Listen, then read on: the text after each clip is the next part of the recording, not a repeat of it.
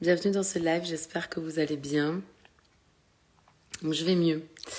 Je sens que le virus est en train de partir et je vous avoue que franchement je suis pas mécontente. Mais j'ai encore un petit peu la voix éraillée, mais bon voilà, bientôt je pense que ce sera fini. Hello Moundir, bienvenue dans ce live. J'espère que tu vas bien. Du coup aujourd'hui, c'est un live qui est dédicacé à la moi d'avant. Donc aussi à toutes les femmes qui sont restées célibataires pendant longtemps et qui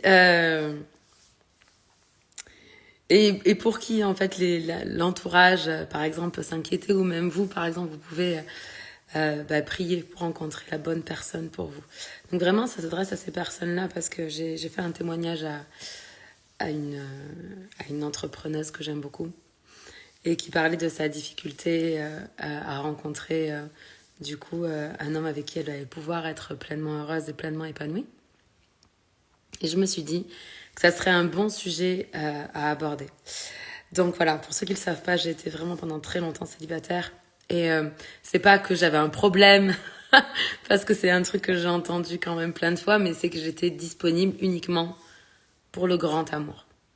J'étais pas disponible pour les aventures, j'étais pas disponible pour les amourettes, j'étais pas disponible pour passer un moment, j'étais pas disponible pour prendre du bon temps, j'étais pas disponible pour ça.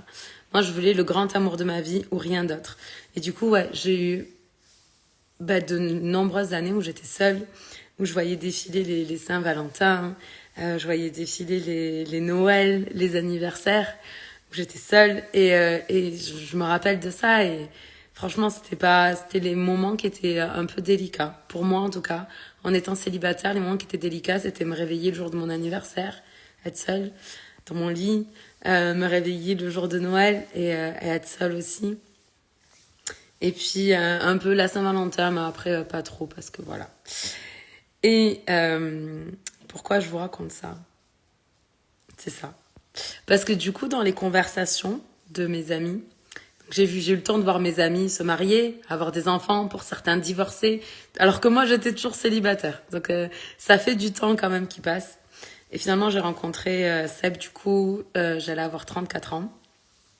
C'est 3 mois avant mes 34 ans.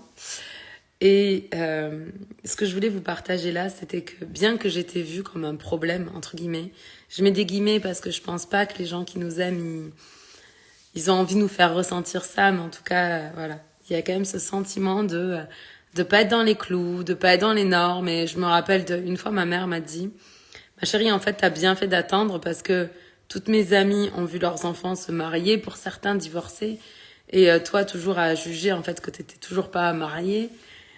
Et hello Cory, bienvenue dans ce live. J'espère que tu vas bien. Je parle de mon expérience de célibataire. Et j'envoie un message à toutes les femmes qui sont actuellement célibataires depuis longtemps, qui sont célibataires, voilà, et qui ont envie de rencontrer la bonne personne pour elles. Je partage mon expérience. Donc, je disais que, ouais, c'est ça. En fait, j'avais ce sentiment d'avoir un problème. J'avais pas tellement ce sentiment en vrai d'avoir un problème parce que je vivais bien ma vie. J'étais heureuse dans ce que je faisais. J'étais heureuse avec qui j'étais. J'avais pas besoin d'être en couple. J'avais envie d'être en couple. Et je pense que ça, déjà, c'est une énorme différence parce que toutes les relations qui ne correspondaient pas à ce que je désirais, tous les hommes que j'ai pu rencontrer mais qui me montraient pas ce que moi j'avais envie de vivre, le genre d'homme que j'avais envie d'avoir à mes côtés, le genre d'émotion que j'avais envie de vivre au quotidien, le genre de vie que j'avais envie de partager, tout ce qui correspondait pas à ça, ça m'intéressait pas. Et donc, récemment, on était à une soirée entre amis, et puis il y avait des personnes qui parlaient d'une autre personne qui avait entre 35 et 40 ans, et qui était toujours célibataire. Et comme si c'était un problème, comme si elle avait un problème, comme si elle était difficile, ou comme si, voilà, c'était elle le problème. Et je leur ai dit, en fait, ça se trouve, c'est pas du tout elle qui a un problème, c'est que le grand amour de sa vie, ça se trouve, il est pas disponible parce qu'il est marié avec la mauvaise personne, mais il le sait pas encore. Et je vous assure que le moment où j'ai dit ça, le moment où j'ai sorti ces mots-là, je me suis dit, en fait, ça c'est mon expérience qui parle, parce que du coup, Seb a été marié avant moi pendant longtemps, il a eu 3 enfants avant moi, et puis finalement, je crois 10 mois avant qu'on se rencontre, bah, il y a eu une séparation et un divorce. Et du coup, il était enfin disponible pour que je le rencontre. Donc c'était ça que je voulais vous partager. C'est cette histoire de disponibilité. Si le grand amour de votre vie, il est marié avec la mauvaise personne, ou il est actuellement en couple avec la mauvaise personne et qu'il envisage dans sa tête jamais de la vie de se séparer, de divorcer, de tromper sa femme ou ce genre de truc, eh ben, énergétiquement, il n'est pas disponible et c'est peut-être pour ça que vous le rencontrez pas. Donc, c'est peut-être pas vous qui avez un problème, c'est peut-être pas vous qui avez besoin encore de travailler sur vos blessures, sur vos parts de manque, sur vos zones d'ombre et tout. Peut-être que juste, c'est l'autre personne qui n'est pas pour l'instant, jusqu'ici, qui n'est pas disponible pour vous. Et ça veut pas dire qu'il sera pas disponible demain. Et c'est pas forcément parce que vous avez un problème ou des choses à régler à l'intérieur de vous. Peut-être que juste la bonne personne pour vous, aujourd'hui, elle n'est pas disponible, mais elle sera disponible demain. Et si vous êtes en train de traverser ça, cette phase de célibat, sachez que je vous comprends, je vous soutiens. J'ai envie de vous dire aussi que c'est un très très bon moment pour apprendre à se connaître, savoir qui on est, qu'est-ce qu'on veut, quelles sont nos valeurs, comment est-ce qu'on a envie de vivre notre vie, est-ce qu'on a envie d'avoir des enfants ou pas, est-ce qu'on a envie de vivre dans un appartement, dans une maison, est-ce qu'on veut rester vivre là où on vit, est-ce qu'on veut aller vivre à l'étranger, ailleurs. En tout cas, de commencer à vous poser toutes ces questions et de commencer à avoir une idée de à quoi ça pourrait ressembler votre vie une fois que vous rencontrez cette personne-là.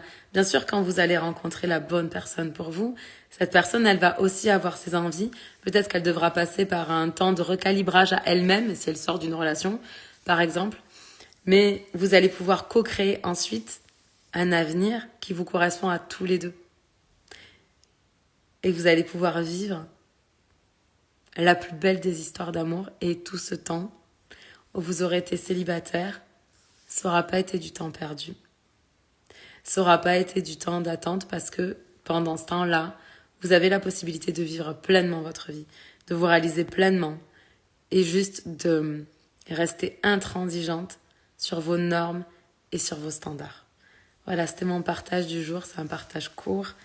Aujourd'hui, c'était l'enterrement de ma tati, enfin la crémation de ma tati. C'était ma première crémation. Et on a passé un bon moment en famille, tous ensemble, avant que je rentre à la maison. Donc voilà, je vais mieux. Je crois que ça va aller. À partir de maintenant, je sais que ça va aller. Je vous aime, je vous embrasse. On se parle demain. Ciao.